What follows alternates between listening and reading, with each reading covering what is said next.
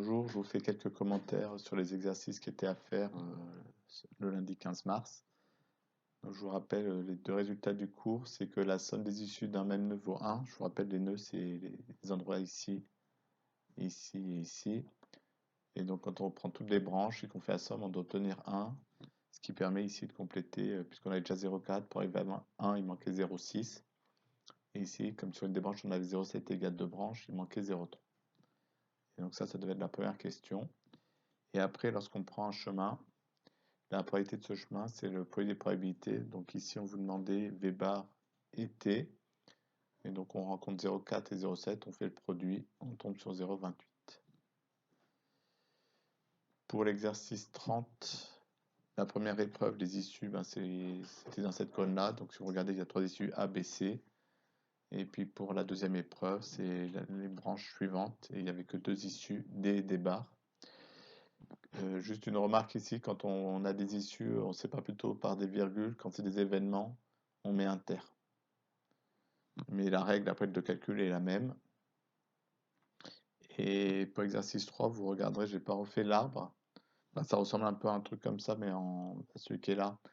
Mais juste avec, il n'y en a que 4, je crois, à la fin, ou 2.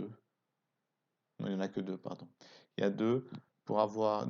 Oui, enfin, non, il y en a 6, puisqu'au départ, il y en a 3, pardon.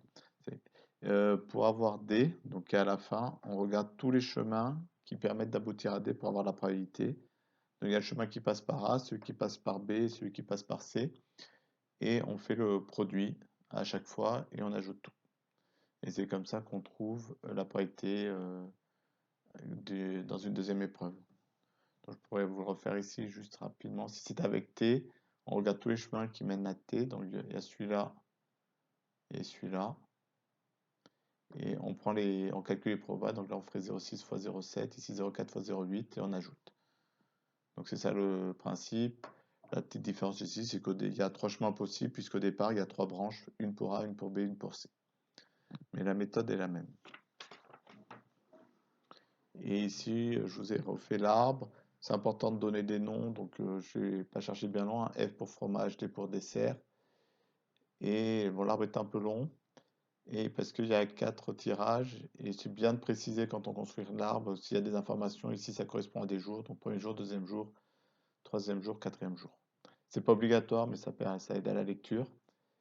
Et pour le construire, ce que je vous conseille de faire, c'est de faire un petit brouillon, et une fois que vous savez combien il y a d'arrivées, vous commencez par l'arrivée, vous refaites vos flèches, vous remontez le temps, en fait, vous repartez, au lieu de le faire, on aurait tendance à vouloir le faire de gauche à droite, et en fait, si on part d'ici, ça permet d'être aligné. Si vous partez dans l'autre sens, souvent on prend pas assez d'écart. Ça s'empiète un peu pour la lisibilité, c'est gênant. Ça, c'était pas demandé, mais c'est un exemple de calcul. Ici, ça veut dire que premier jour fromage, deuxième jour dessert, troisième jour dessert, quatrième jour fromage. Donc c'est le chemin qui est là. Tac, dessert, dessert, fromage. Et si on veut la probabilité, on fait le produit de toutes les probabilités rencontrées. Et 3 fois 3 fois 3 fois 3, ça fait 80.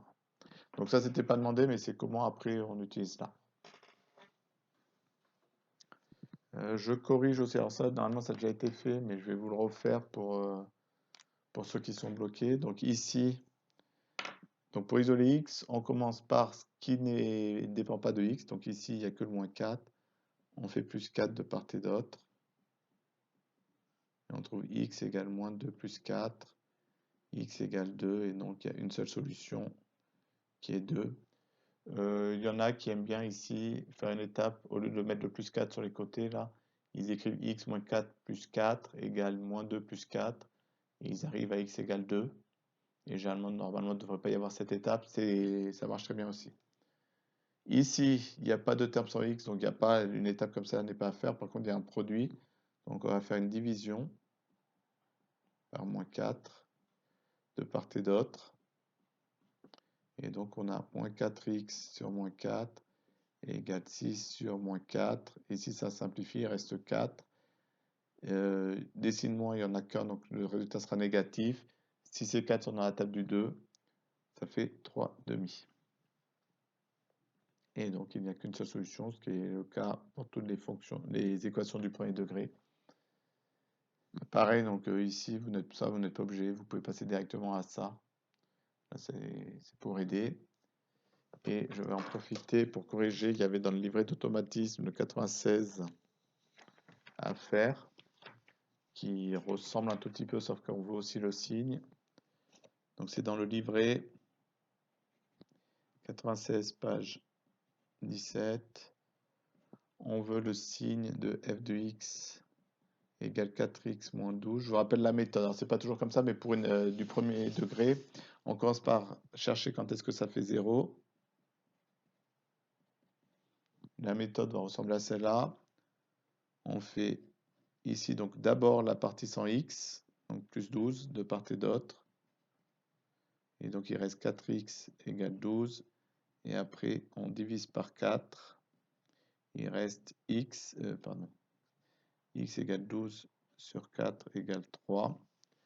Et ensuite, on dit que m, le quotient directeur, c'est 4 qui est positif. Et donc, on va avoir quelque chose de croissant.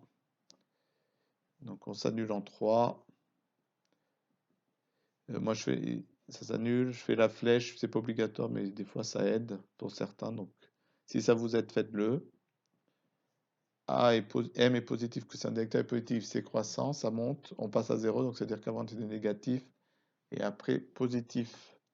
Il y en a qui préfèrent dire on commence par le signe contraire à M, au quotient directeur. Donc comme là c'est positif, on commence par le signe contraire, c'est moins. C'est une autre façon de faire, elle me convient tout à fait. Et il y avait pardon, le C à faire. Donc f de x égale moins x plus 3. Donc pareil, on commence par chercher quand est-ce que ça fait 0, ce qui permettra de placer le 0 dans le tableau. Ici on fait moins 3 de part et d'autre. Ça fait moins x égale 0 moins 3 moins 3. Et ensuite, moins c'est comme moins 1. Donc on divise par moins 1.